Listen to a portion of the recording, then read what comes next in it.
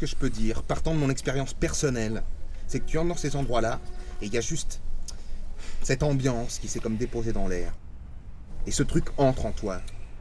Ça entre en toi, et ça s'appelle le monde réel. Et tu t'en es même pas rendu compte, ça s'est juste passé. Et tu te réveilles, et merde, tu te rends compte que t'as fini ta vie là-dedans.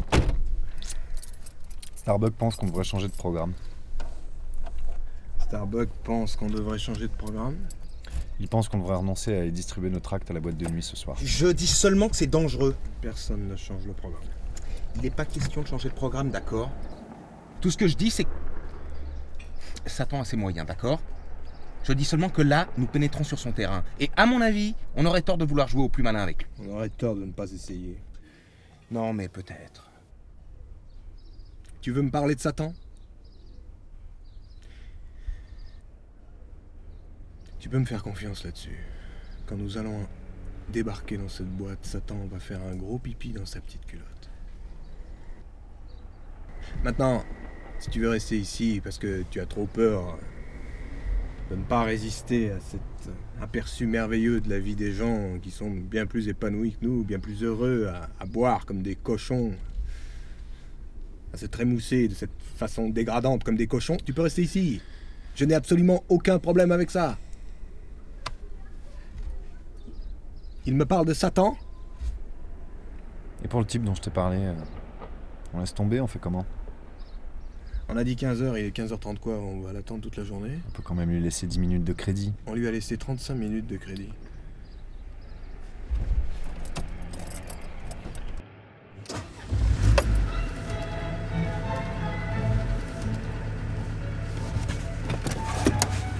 Il a été, je dirais, plus qu'interpellé par la cause.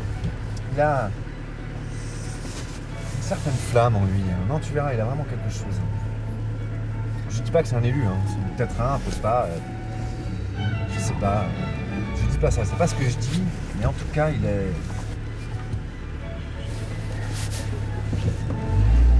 Bon, déjà, le type est bourré de fric, il est dans le showbiz, les films, tout ça, je sais pas. Mais c'est pas seulement ça, c'est. Non, franchement, je le sens assez bien. Je ne l'attends pas. Il est arrivé, je l'ai fait patienter dans le salon. Je peux lui dire que vous êtes parti.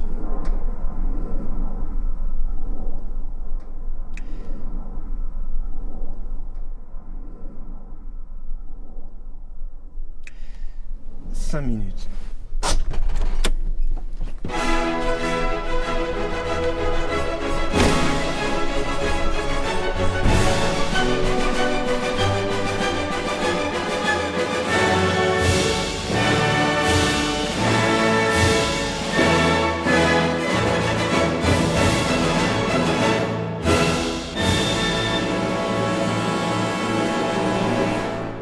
Pas de doute là-dessus, c'est bien vous. Ah, j'ai su ça au premier coup d'œil, vous savez. Ça va peut-être vous étonner, mais j'ai un sacré feeling pour ce genre de choses, je les sens. Ouais, c'est comme ça depuis toujours. Et dès que ce jeune homme ici m'a parlé de vous, de toute cette vision qui est la vôtre, merde, je me suis dit, nom de Dieu, Jonas, il faut que tu serres la main de cet homme. Et nous voilà. Alors, vous êtes un grand, mon gars. Votre pensée et tout ça. Vous êtes un géant. J'ai vu ça tout de suite. Bon. Je m'attendais pas à ce que vous me sautiez dans les bras au premier rendez-vous, alors je vais aller droit au but. Je suis très ami avec le propriétaire d'une salle. Un gros truc, un concert et tout ça. Et disons, bon, simplement que le type m'en doit une. Mais d'ailleurs, on s'en tape, non? On lui a pas demandé son avis.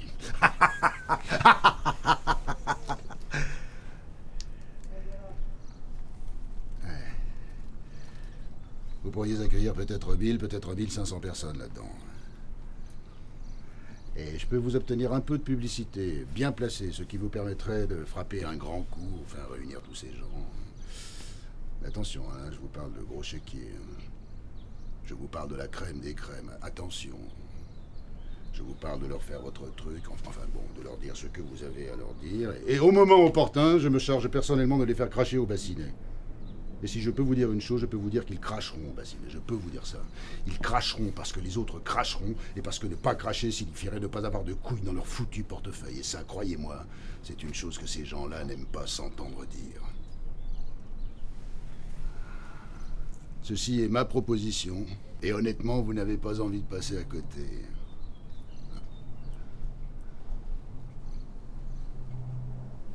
Je pense que nous allons prendre un café et avoir une petite conversation. Oui, je pense qu'on va faire ça.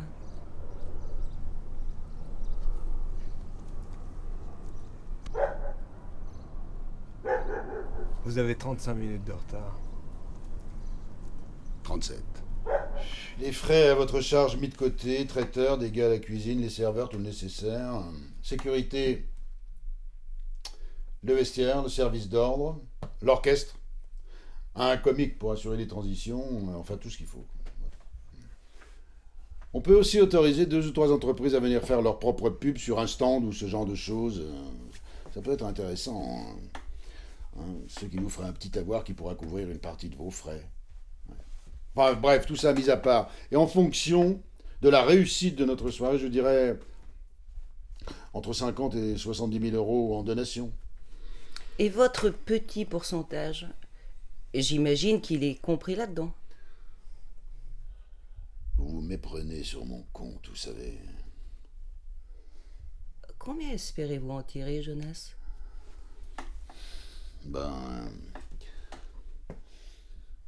Je suppose que je m'en sortirai à peu près correctement, et disons à 15 000, oui. Oui, 15 000 devrait faire l'affaire. Ça, et un entretien privé avec le type qui est assis ici. Je suis entré ici tout à l'heure, j'ai remarqué votre trac sur cette table, et je me suis dit, ces types-là n'ont pas du tout compris la puissance de leur propre projet. Ils y vont sur la pointe des pieds. Merde! Qu'est-ce que c'est que cette bande de tocards? C'est ce que je me suis dit. Et puis vous êtes entré dans la pièce. Et je vous ai regardé. J'ai compris que Dieu vous avait mis sur mon chemin.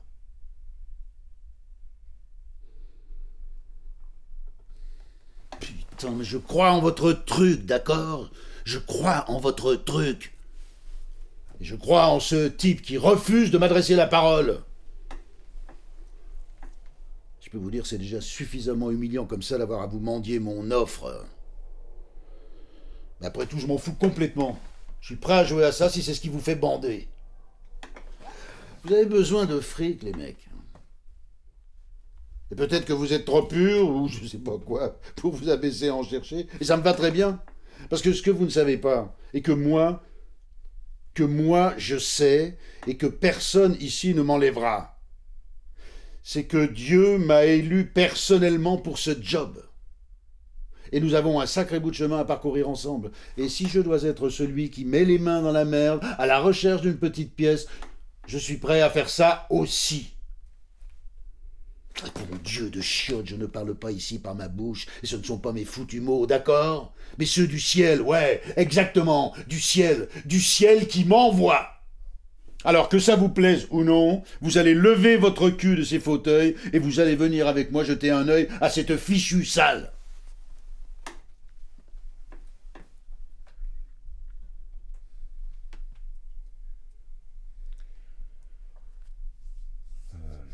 Je suppose qu'il n'y a pas de mal à tenter le coup. Oui, je suis assez d'accord avec ça.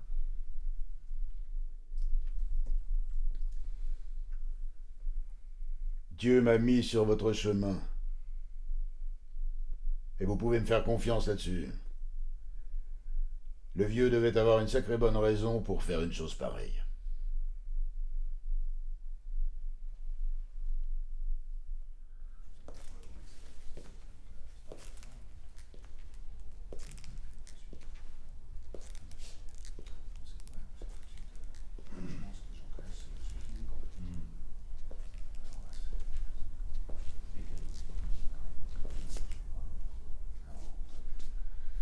Oui, d'accord, mais...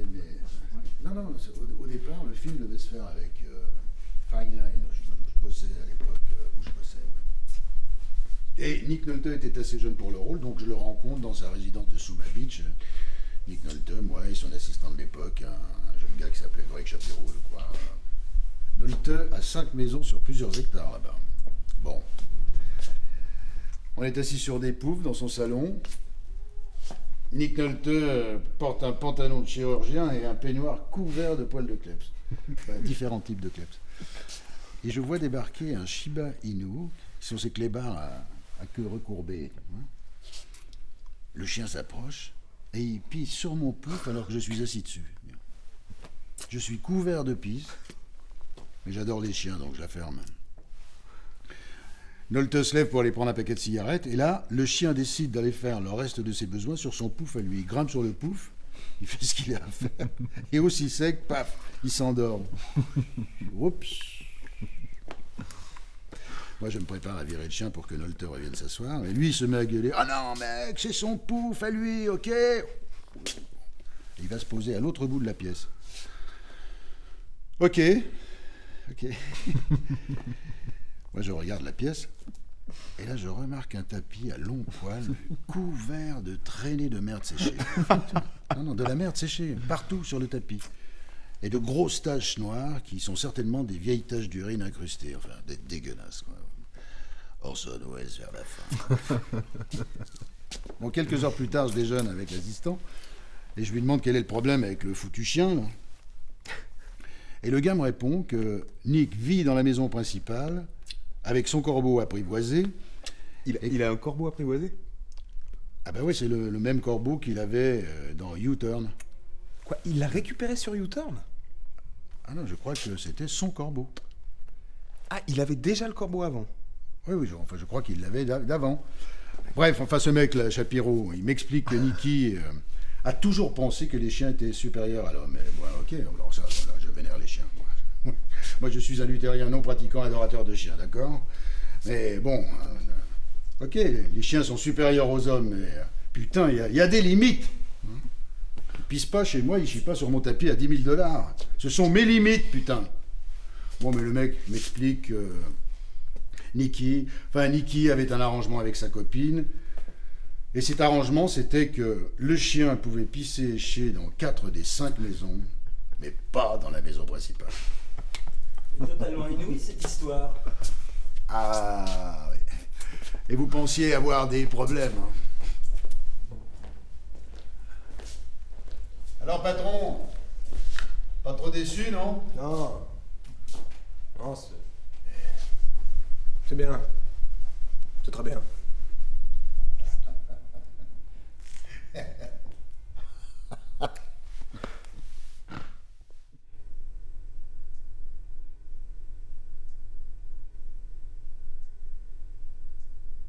C'est gros. C'est très gros.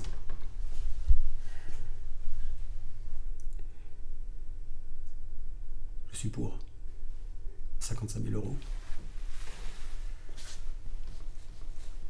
Le ciel veut nous envoyer un chèque et voilà que le chèque vient frapper directement à la porte. Il est un peu... C'est un illuminé, quoi. Un peu, non? Quoi qu'il en soit, quel que soit notre sentiment à son égard, nous ne pouvons pas passer à côté d'une opportunité comme celle-là.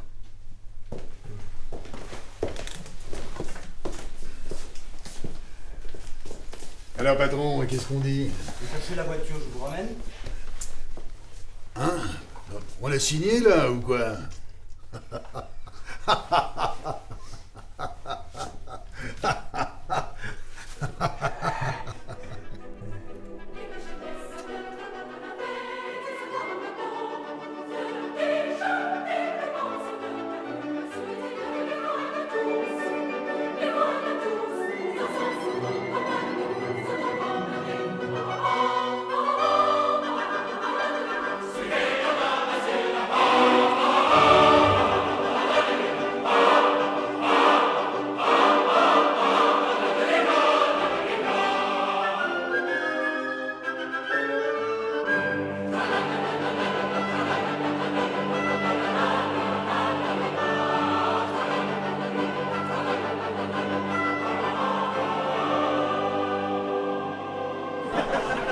Il y a au moins 3 bonnes raisons de penser que Jésus était juif.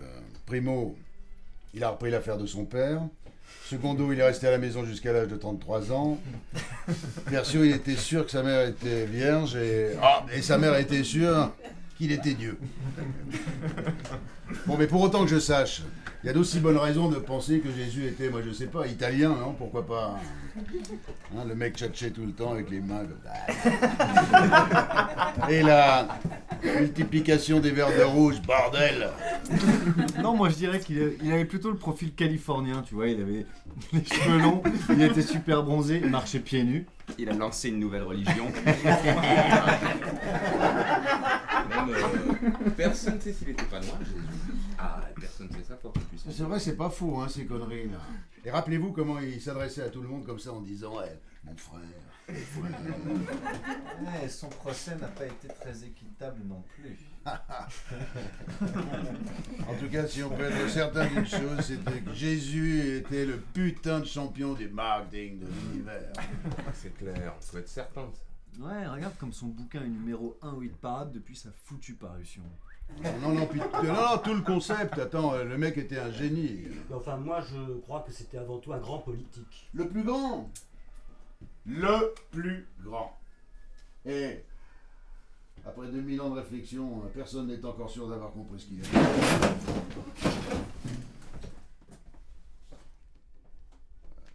Fallait pas le prendre personnellement. Hein.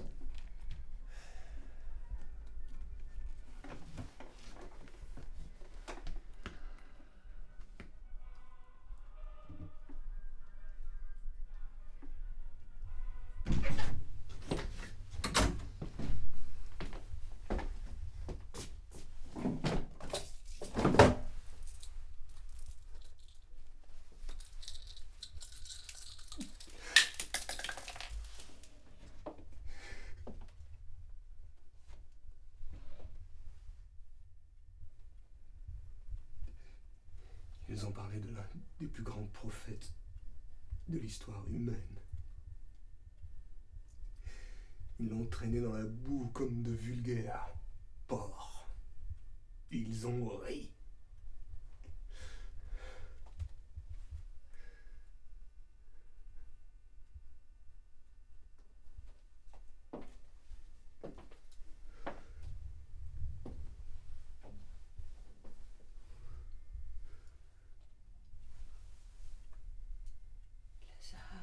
Je veux cet homme hors de ma maison. Je le sens. Je le sens. Je le connais. Il est dangereux. Il est agile. Il a ses petits moyens. Je le connais comme si je l'avais fait. Il répand cette chose dans l'air qui pénètre insidieusement le cœur des gens. Il s'amuse de leur faiblesse et je veux cet homme hors de ma maison. Nous ne pouvons pas nous permettre de le chasser pour l'instant. Notre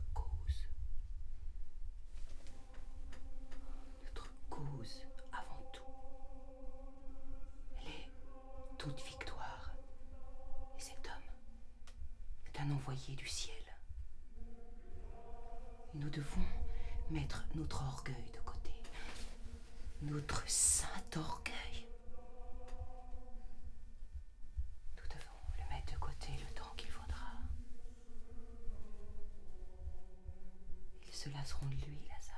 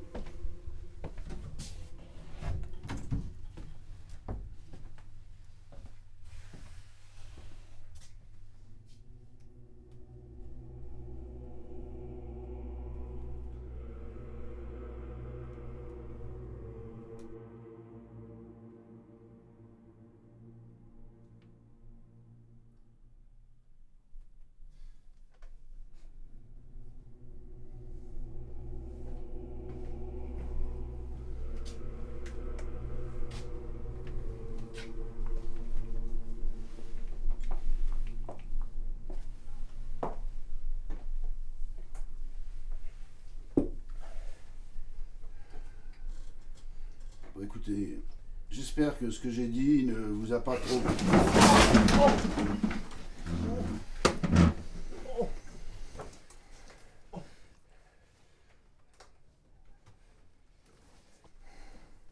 Faites-le sortir d'ici.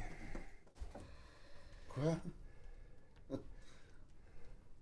Qu'est-ce qui se passe ici? Ah, c'est bon, ça va, lâchez-moi! Lâchez-moi, bordel de merde! Vous êtes complètement timbré, vous savez ça? Mais vous avez trouvé encore plus timbré. Vous avez trouvé assez timbré pour vous obéir au doigt et à l'œil, et là. Mais laissez-moi vous dire, mon vieux, je trouve ça admirable, putain!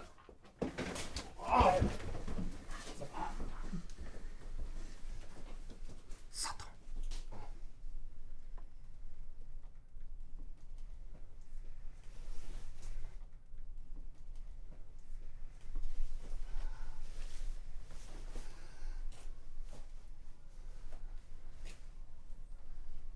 Nous nous reverrons un de ces quatre. Je vous l'ai dit, nos chemins étaient faits pour se croiser. Ne croyez pas que ça se termine ici. Ça n'est pas terminé.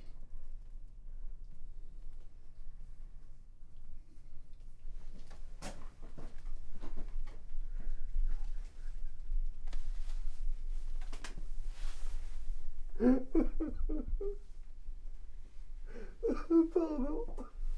Pardon. Pardon. Pardon. Pardon.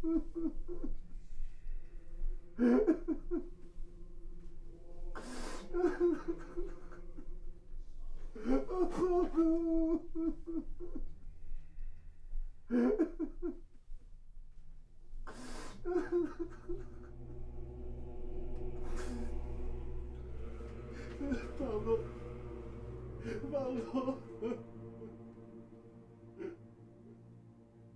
Le vaudor est toujours debout, on encense sa puissance,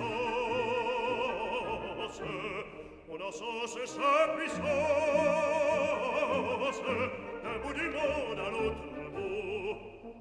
Pour fêter l'infamie dans le roi, ces peuples confondus, au bruit sombre des sécus, dansent une ronde folle, autour de son piédestal, autour de son piédestal. Et Satan, quand il le mal, et Satan, quand il